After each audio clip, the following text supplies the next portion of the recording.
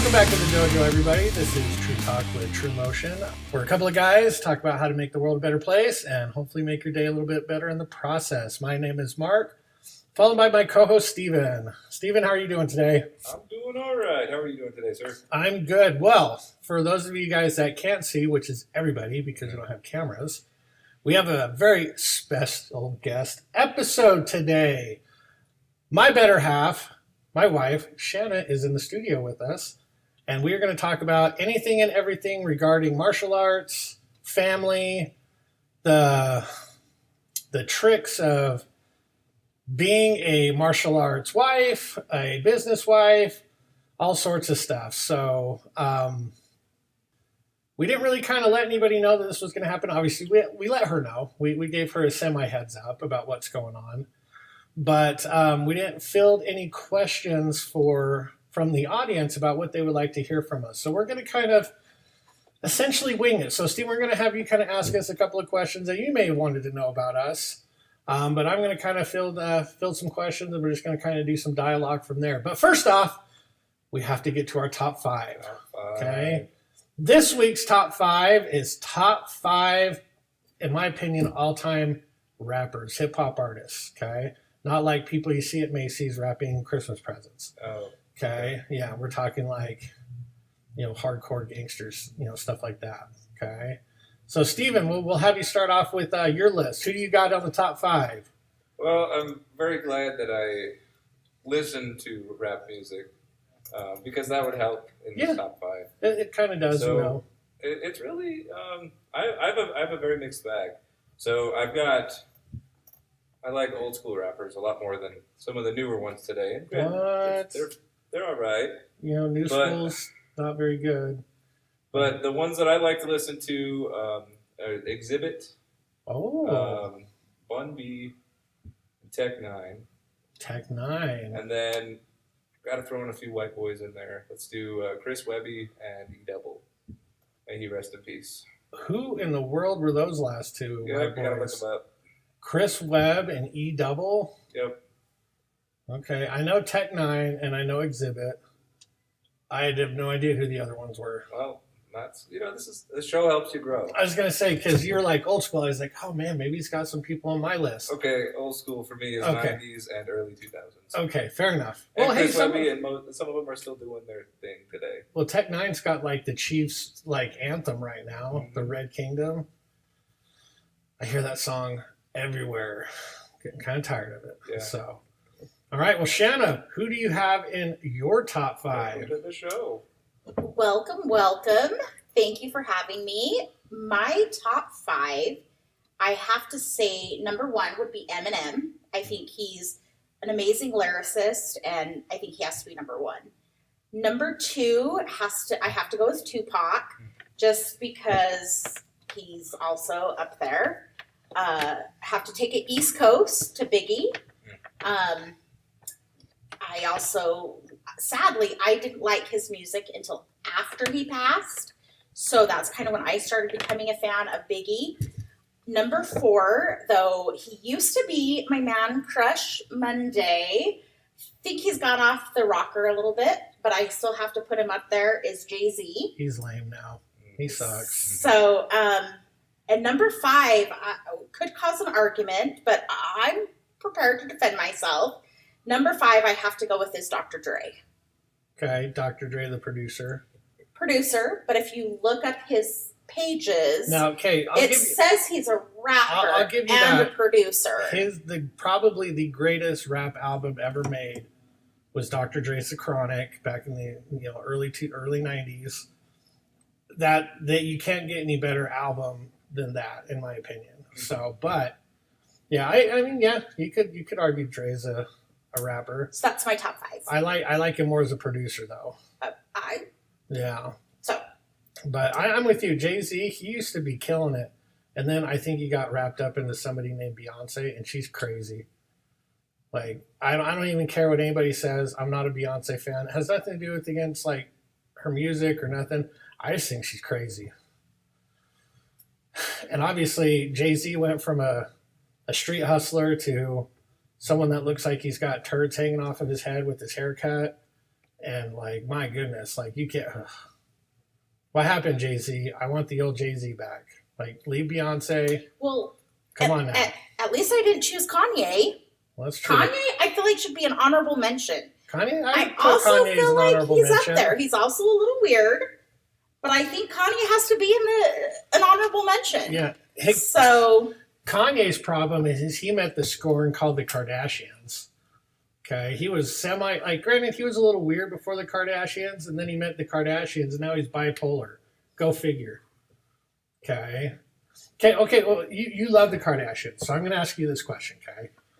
wow, we're just like all right. And then I'll get to my top 5. Okay. But since we're talking Kanye, okay, have you ever known of a man that has been associated with the Kardashians that has come out sane/normal? I agree with you. I think that's why they call it the Kardashian curse. Is all the men that are associated with any of the Kardashian girls are troubled afterwards. So I think there's some truth to that. You've got Tristan Thompson, you've got Scott Disick, you've got Kanye, you have Chris Humphries. Actually, I think Devin Booker. I think Chris Humphries is probably the only one that's come out semi. Well, they were only married for 48 days, 45 days. Because he didn't have a chance to let her Does that claws count? hook into her. Correct. So Caitlyn Jenner. I was going to say, look what happened to Bruce Jenner. So He was married to Kris Jenner for how many years? And he's like, you know what? I'm tired of being a man. Like, I'm switching sides. So I think the Kardashian curse is real. Okay, fair enough. Okay, so my top 5. Very, very close to yours, minus a couple. Surprise! You're copying me. What? No, I'm not. I got Eminem, and these are not in any specific order, okay? Right. I got Eminem, I got Tupac, I got Biggie. You can't go wrong with those 3. And this is where we really differ, okay? Because then I've got Cube, I got Ice Cube. Whoa.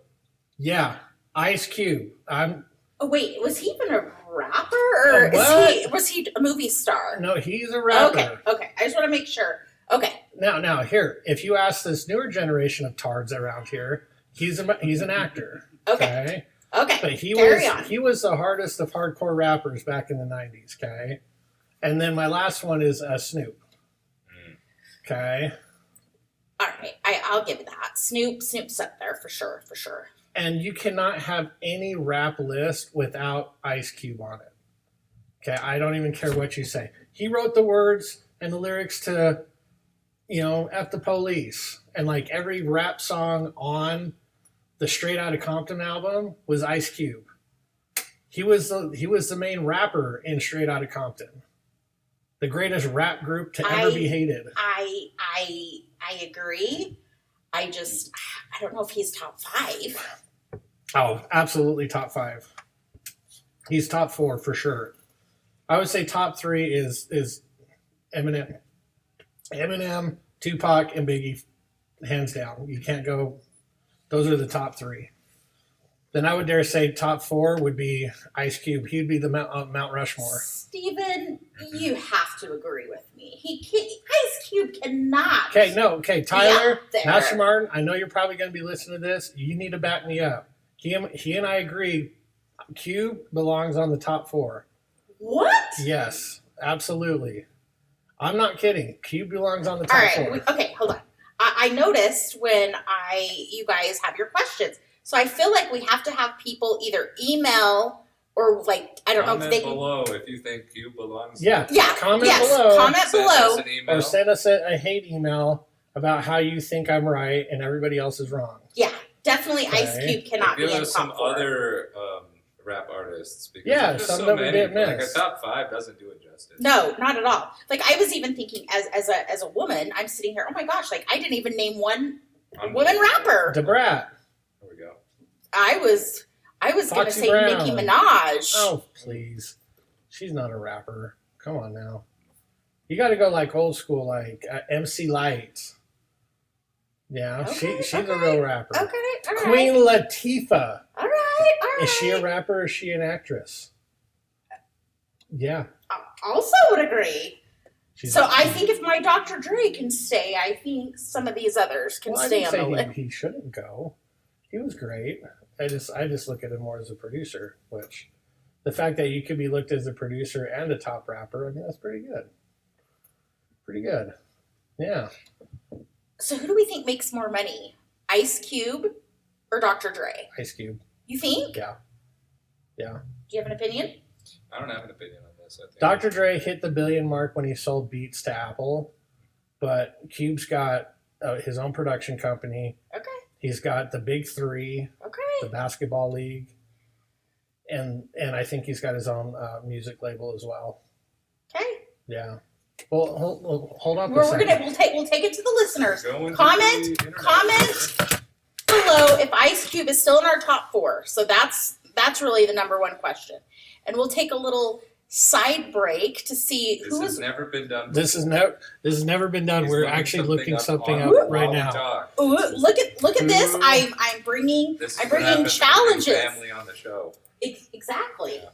He has You to. have to give you a fact check. I was just gonna say. I think Hey, he has look, to prove me. it's the prove me- second most asked request. I think he just has to prove me wrong, I Stephen. think so. I think so. I think Dr. Dre has more. Okay. Da-da-da, drum roll. Well, as of 2024, That's this year. Cool. Snoop Dogg is worth 150. No, okay, can't see Dre on this list. I'll have to find another one. Snoop Dogg is worth 150 million. Wait, we're not talking Snoop. This is Ice. I know. Just wait. Ice Cube is worth 160 million. Lil Wayne is worth 160 million. How much? I'm sorry. What was that? Lil Wayne, No, I'm sorry. Ice Cube. Did you say Ice Cube? 160 million. Oh yeah, Dr. Dre. I'm thinking like 500. Master P. Shout out to Master P. He's worth 200 million. I did not even think of him as a rapper. Yeah, he's make him say from the early 2000s. There's so many people. Okay. Okay, hold up. So Say Dr. Dre net worth 2024. Dr. Dre.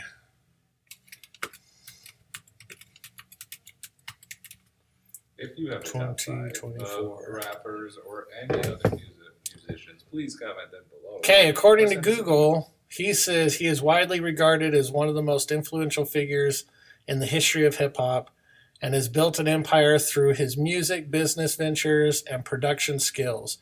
As of 2024, Dr. Dre's net worth is an estimated $1.5 billion. Did you say million or billion? That's with a B. So Dr. Dre is worth more than Ice Cube. Okay, we Okay. settled that debate. We don't want to.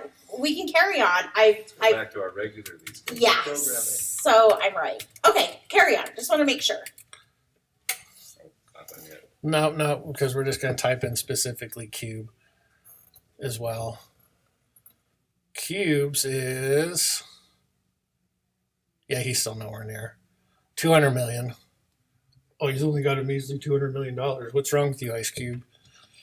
So good job for Cube in getting 200 million though. That shows that acting doesn't pay very well. No, it's behind the scenes. Stephen, that is a really good point. I think that's exactly what just showed us. In business, because Dr. Dre truly was more about business. He had beats and he sold it. You know what I mean? Like, Well, so if you want to make the real money, you got to be the ones behind the camera. agreed. Okay.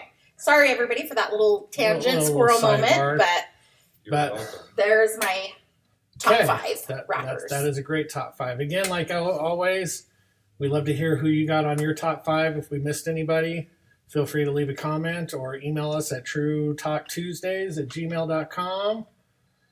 We love to hear what you guys have going on with your top 5. Or if there's a top 5 you would like to hear from us, again, shoot us an email or send us a comment, whatever you need to. All right, now, normally we'd hop into our Ask the Sensei questions, but since we have a special guest here, we're going to ask the Shanna, okay? So, I did ask her if she would grace us with her presence as coming onto the podcast. It did take a little convincing. She wasn't quite sold on it. She doesn't like really talking out in front of people, which, by the way, is a load of crap. She loves talking to people. Yes and no. We actually talked about this last night. Remember how we said that you have a social battery? Yeah, everybody's her social battery runs out around 5 o'clock when she's done with work. Okay. And I have a separate bedtime for when I'm recharging my social battery so I can watch TikTok. Yeah, so she goes to bed like an half hour early so she can lay in bed and watch TikTok. So brings one of the dogs in with her, makes him lay in the bed with her, all that good stuff. So, but we do, and the funny thing is about that is when we first met, she was afraid that she was going to not have any more fun, like not be able to go out and do anything, because I was very much a homebody. Okay, I was very much the not partier, didn't want to go out, be like, hey, do you want to go downtown? Hell no. Like, I will stay home and watch a movie. Now, as we've gotten older, I'm like, hey, we should go out to this nice place and go out to eat or whatever. And she's like, no, let's just stay home. So in some weird alternate reality, we have switched places when it comes to how we like to spend our free time. Now she's just like, nobody can come over. Nobody can see us. I don't want to see anybody. Don't come in. I just want to stay here in my house by myself. And I'm like, hey, we should have people over to watch the football game. And she's like, no, nobody can come over. And I was like, where is this woman coming from? She was never like this. She was a wild woman back in the day. So I feel like that's a good kind of segue of how we met. Yes. So I feel like we have to kind of talk about how we met. So Mark, I can't call him Sensei. This is Mark. Mark. So we met in high school, and I am a little older than him. He likes to make sure that that's known. So I am older than him. I was a freshman when she was a senior. Ooh. Yeah. So, okay. She was robbing the cradle. Okay. So I had a crush on him in high school, and we were just different. We were I was super outgoing. I went to parties. I did all of this in high school. He was like the star basketball player, and he did all these sports and on the honor society and just all of this. And I was like, what? This guy will never. So I never did anything in high school just because I knew I was a senior. I was getting ready to graduate. I knew we would be going on different paths. I was pregnant with my daughter. Shocker. Spoiler alert. If the high school friends didn't know I was pregnant, oops. Now you do. Now you know. So I knew that our paths were not going to align. So we went our separate ways. Yeah, we were friends. Like we'd talk and hang out and this and that. But yeah, absolutely. We just ran in different circles. And we went to a very, very small high school, by the way. Like the 100 people? The entire school, her senior year was 125 students. Oh, wow. Okay. To put in that perspective, this dojo has about 125 students. Okay. So the amount of students we have here was like our entire high school. My graduating class had 18 kids. So we both go our separate ways in high school, do our life, and I messaged him on Facebook.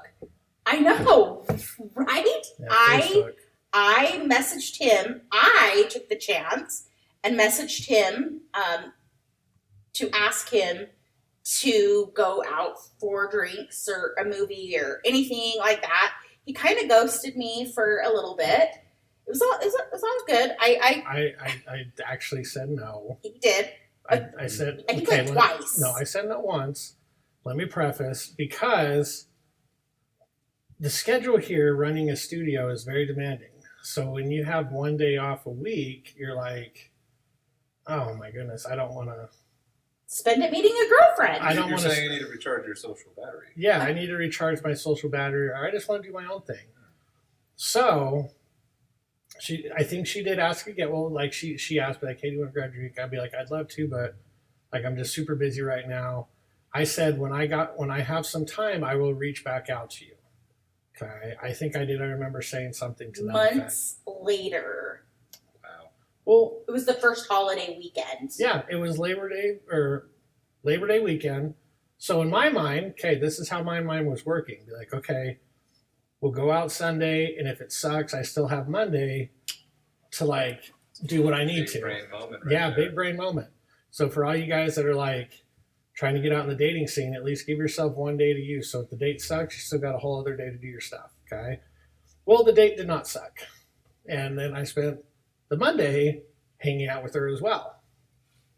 So we were casually dating and this and that. And then all of a sudden the retreat comes up and she looks at me and she's all like, I don't like to give ultimatums, but, and then you hear that but, and you're like, well, here comes an ultimatum.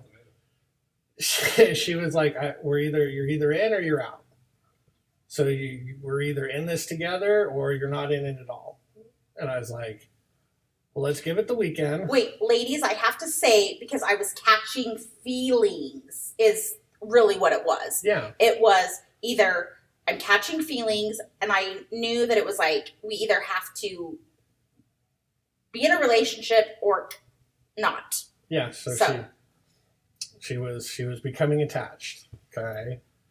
And that was right around when we had our retreat. So I was like, okay, I'm going out on a retreat. I'm not going to have cell service for a whole weekend. This and that. Like, you do your thing, do whatever you want to, have fun. Obviously, I'm going to be doing the retreat.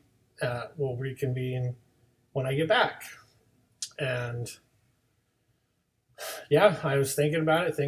And then I was like, well, what's the worst that could happen? It's like, if you're not willing to put yourself out there, then you're not willing to do much of anything. So it's like, all right. I was like, You're missing the best part. What was that? He hiked up to get cell phone service to call me to tell me that he was in before he would get down from the mountain. Okay, now that sounds like a romantic story, and it's meant to sound that way. Oh. But everybody hiked up to that spot.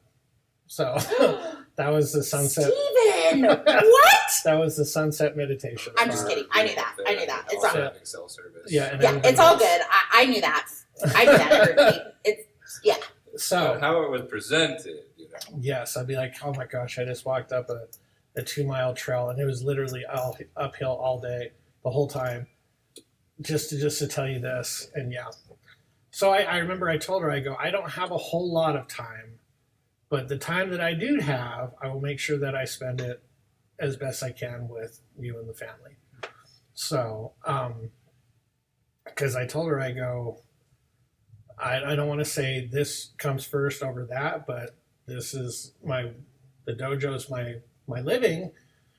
And if we want to be able to have a life together and like build a life and build a future, I do have to make sure that this is taken care of.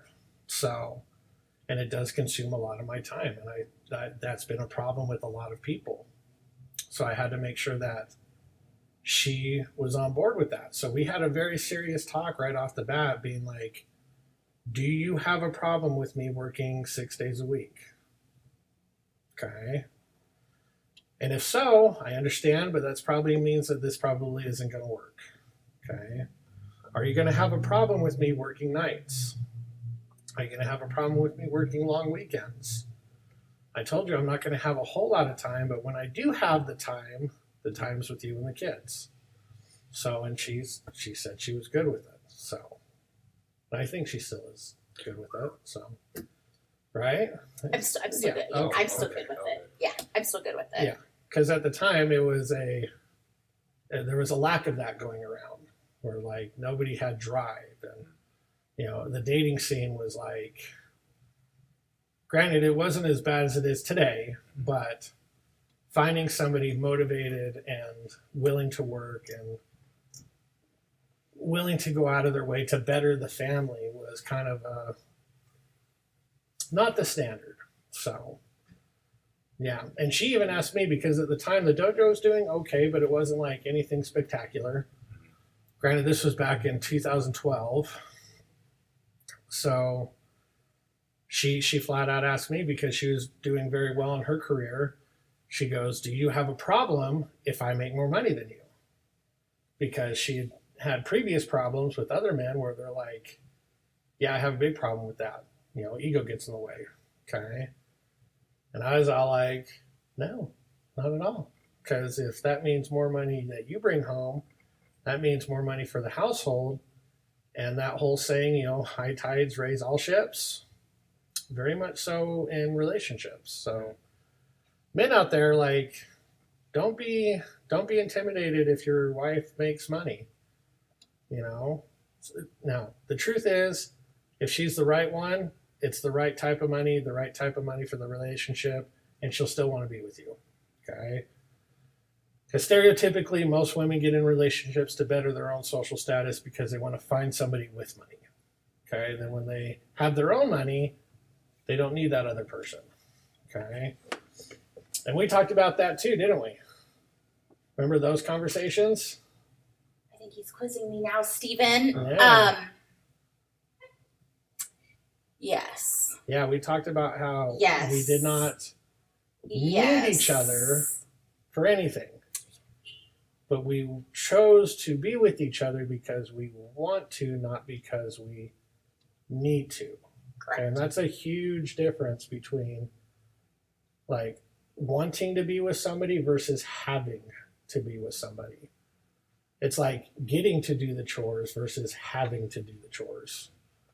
It's like if you choose to want to be with somebody, man, you're excited to see that person every day. But if you like have to be with that person, you're like, oh my God, I'm going to stay at work a couple extra hours. I don't want to go home yet. Because, okay, you work in the corporate world. How many men do that in the corporate office? Not calling anybody out. No. I'm not going to name any names, though the guys in my office they stay late. Specifically because they don't want to go home. They don't want to see their wife. They don't want to see their kids. Because when they go home... I have to press this because they might listen to this. It might not be all the guys in my office, but I think men in general, but I don't know if it's they don't want to go home. I think in the corporate world, I think the pressure of men being in that corporate world, they have to have those numbers perfect. They have to have those emails or all those questions answered. So I don't know if it's the corporate pressure or the pressure that maybe they put on themselves. But yes, more men stay late in offices. I think it's this, and I can be completely I think because I agree 100% with you. There's an enormous amount of pressure to produce numbers in that realm of life. And I don't know if it's necessarily they don't want to go home. But I can tell you, I know for a fact some people, and again, I don't think it's anybody you know, but it's people I used to know, not even in the corporate realm. They don't want to go home because the second they get home, they get bombarded with like nagging questions. Why isn't this fixed? Why isn't that fixed? Why aren't you doing this? Have you done the lawn? Have you mowed the lawn? Have you taken the dishes out? Have you done the laundry? And they come home with all this like nonsense that they're just like, I just wanted to come home and see you and say hi, give you a hug. Let's have some dinner. Let's hang out with the kids. I don't want to hear about all the shit that I'm not doing. Okay. Well, I feel like we've kind of gone like a squirrel. Like we've kind of gone off on a few tangents. Welcome to the show. Welcome to the show, Shanna. Oh, okay. That's how this is like rolling. tangents. That's how it rolls. All right, perfect. Okay. Obviously, you haven't listened to Master Linton's episode. I have not. Yeah, that's a big one. That's a doozy. Okay. Yeah. All right. But I feel like that's actually why they choose to stay late. It's because there's peace at the office that they can control. Some semblance of order. Yeah, you know what I mean? I agree with that, for sure. Yeah. Well, I mean, even with you a little bit. Like, you'll come home and be like, oh, my God. Like, you'll find things that wouldn't necessarily irritate you about the house that all of a sudden today freaking irritate you about the house. And then you're like, I should have stayed at work. But... That's the difference between having to want to be with somebody versus having to be with somebody. Is like, I look forward to leaving the dojo and going home and like asking about how your day was. You know, the random chance that one of the kids are at the house being like, how's their day going? You know, because Jamin's got a girlfriend now and he's MIA all the time. You know, which... At the same time, it's like, good for him. Finally got a girlfriend, but it's like, we miss him, you know? So that's where it's nice to want to be with somebody versus having to be with somebody. Like, you're stuck with them because you need them to help pay the bills, or you're stuck with them because you need them to help watch the kids. You don't ever want to be in a relationship like that. Sometimes you have to be, but you want to do your best not to be. So, and it's all about big time communication. That was probably the biggest thing that I've learned dealing with you and the kids is communication. What? Yeah, for reals. What? I thought I was a decent communicator because I only had to deal with me. I'm great at talking with myself. I'm great at talking to myself. I always know what's going on with me. Exactly. And then all of a sudden, you have to tell other people where you're going to be. Not necessarily because you have to check in, but it's just to be like, Common courtesy. common courtesy. I remember one time, I thought, in all preference, I thought I did say this. But apparently I did not. I may have just thought it. Thought you said it. I thought I said Or he it. sent the text but didn't actually hit send. I've done that. So go ahead. Where it was a retreat weekend. And I said that I was not going to go up and stay the whole weekend. I was going to drive up Friday night, drive back, then drive up Saturday and stay. I was going to stay the whole weekend. I don't know why, for some reason, it just ended up being that way. Well, I drive up Friday night, thinking nothing of it. Obviously, my phone dies. I come back, and she is livid because it's like, 1 a.m, something like that. And she's just livid because she didn't know what was going on. She didn't know where I was, because on Fridays, it's usually 7 o'clock. And all of a sudden, it's past midnight, no word, no nothing. And then in my mind, I'm just like, I went to the retreat and came back. Like, it's not, in my mind, it wasn't that big a deal until you have to put yourself in their shoes and being like, Yeah, you could have been dead. The retreat is almost code for going out to buy cigarettes or something. Yeah. Well, I was like, he could have been dead in a ditch. yeah. Or And like your phone's being dead. You can't Yep. track people. You can't call them. There's literally the panic of, do I start calling hospitals? Like, I don't So- even know where to begin. Yeah. Yeah. Like, the cops are going to be like, what was the Yeah, last thing he was wearing? Who's Right, going to get called? right. Yeah. So when you put yourself in their shoes and actually kind of like take a step back and be like, damn, okay, well, if all of a sudden they did the same thing to me, how would I feel? Not knowing where they were at for 5-6 hours. Again, did they get into a car accident? Did they get mugged? Were they injured? Like, I mean, all sorts of scenarios can run through your head, and then you do that, and it's like, yeah, that's nerve-wracking. That sucks. And then when you see them, you're torn between relief and joy, and like, I'm gonna rip your head. If you weren't dead, you're gonna be in a second. Wish you were. Yeah, exactly. So it's like, I get it. And that type of communication has, like, not only I think helped me with my own, like the dojo, but it's also helped with maintaining other relationships I've had, not just this one. Because, I mean, you hear it all the time, communication is the key, but you don't quite understand how much that's the truth. If you can openly communicate with each other, oh my gosh, things are so much easier. So much easier. You don't have to agree all the time. But if you can communicate how you're feeling and what you're thinking, and you trust the partner you're with to listen to you and not try to fix things, man, that's a biggie. Because that's one I've had to like take a step back from. Is sometimes she'll come home and she'll just start venting, and men go into fix it mode. It's a classic, yeah. Yeah, it's like, well, you've presented me with a problem. I need to solve this problem. Yes. That's not what they needed. They just want you to hear the problem. I never need him to fix my problems, Stephen. I literally, every time he's like, well, I would do this. And I'm like, I don't want to do that. Right. I just want you to listen and Yes, just listen. very, very much so. And again, that took me a while to figure out. It's a skill. I'm a slow learner. I apologize. But it's like, for me, it's like someone presents a problem to you. I'm automatically starting to think, how do you solve this problem? Instead of, well, that's not my problem. If they wanted me to solve it, they'd be like, hey, how would you solve this problem? Not, oh my gosh, this happened at work today and blah, blah, blah. Oh my God, did you just tell her to like F off or what? Well, no, that would get me fired. Oh, my bad. Sorry. We're in completely different realms of business. Yeah. Yeah, because we can tell people, like we can tell the other instructors to F off, and it's just a Monday or Tuesday.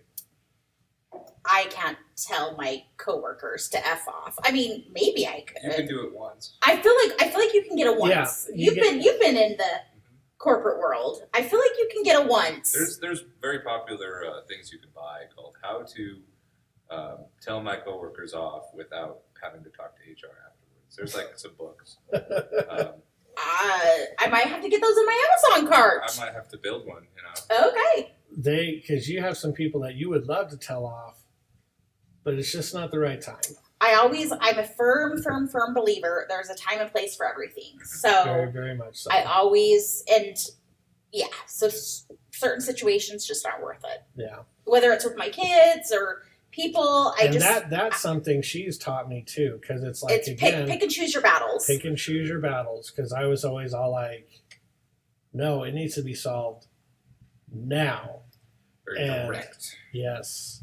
And that was very much a battling point between Jamin and I for a lot of things.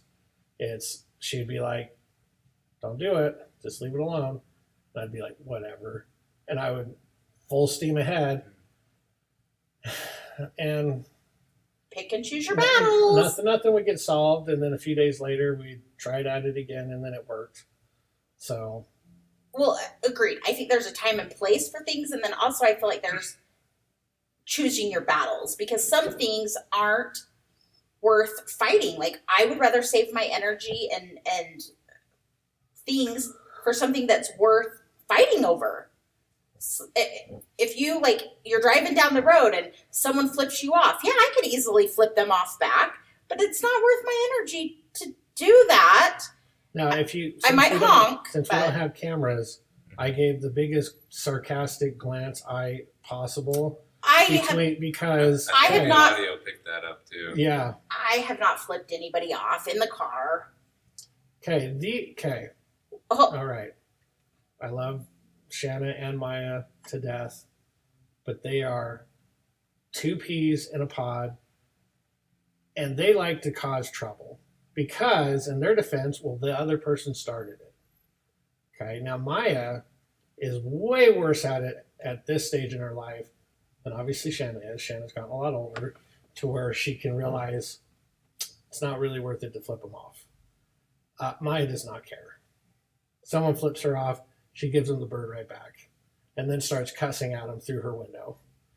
And she wonders why some people follow her. And it's like, Maya, don't do that. Why? They started it. It doesn't matter if they started it, Maya. Keep your fingers on the steering wheel, not flipping other people off. She acts like an Eagles fan finally. Wow. I like that.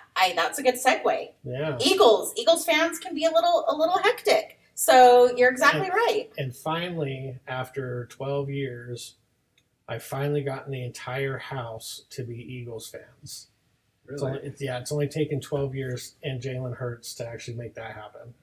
So thank you, Jalen Hurts. Before being an Eagles fan, what did you care? Yes, I've always been a football fan. Okay. It started with college, like collegiate football. I was a huge University of Utah football fan. Go Utes. Yep, Utes. still am. And I've always loved football, enjoyed going to the games and different things like that. When Mark and I met, he told me that I had to choose a football team that we could watch together on Sundays. I don't do ultimatums, but I don't remember telling you had to choose. Well, I just said who you like to root for. So we'll go with, he kind of forced me to choose. I didn't know. Not forced at all. So I chose the New Orleans Saints because I love New Orleans. One of my favorite destinations. I love the city and love Louisiana.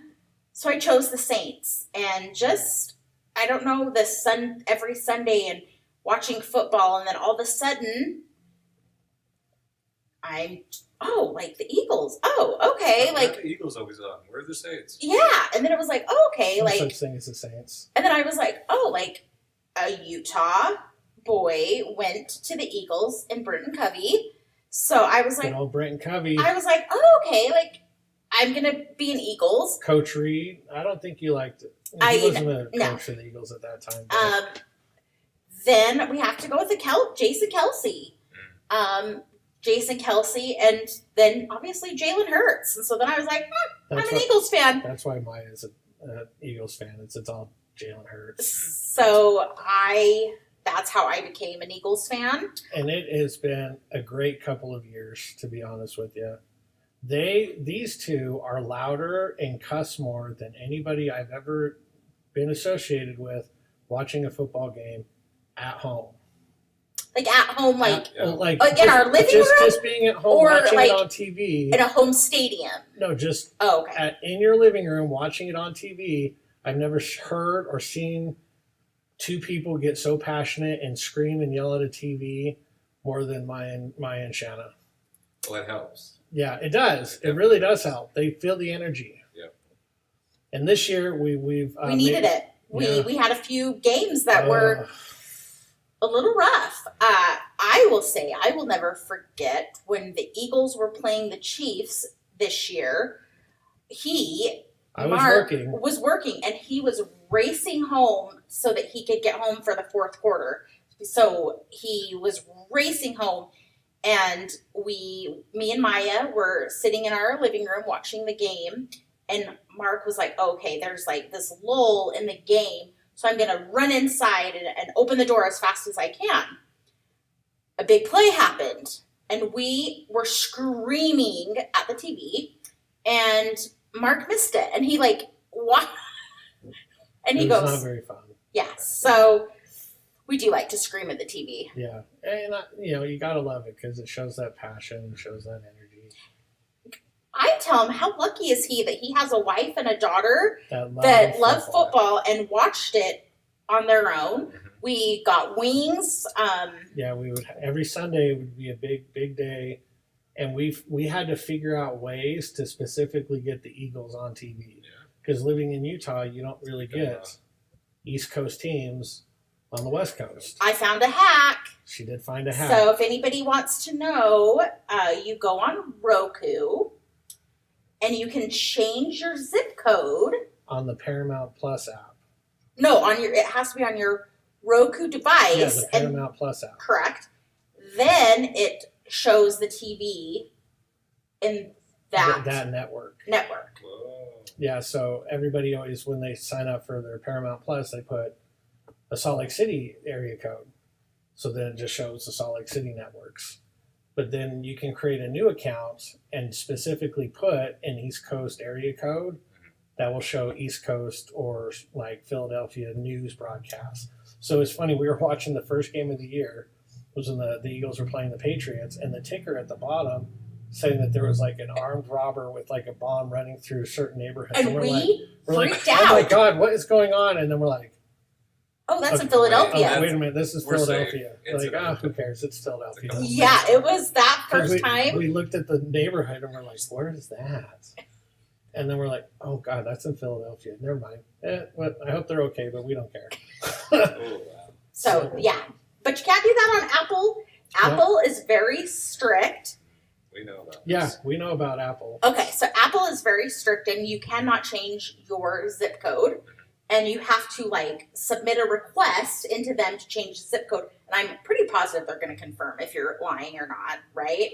So, Roku. Roku is where it's at. Yeah, so. And we did promise that this upcoming football season, 2024 season, we are going to go see a football game in the Link. That's the Lincoln Financial Stadium in Philadelphia. Oh, wow. We are going to go to, we've been to two games before. We've been to two away games, but we've never been to a home game.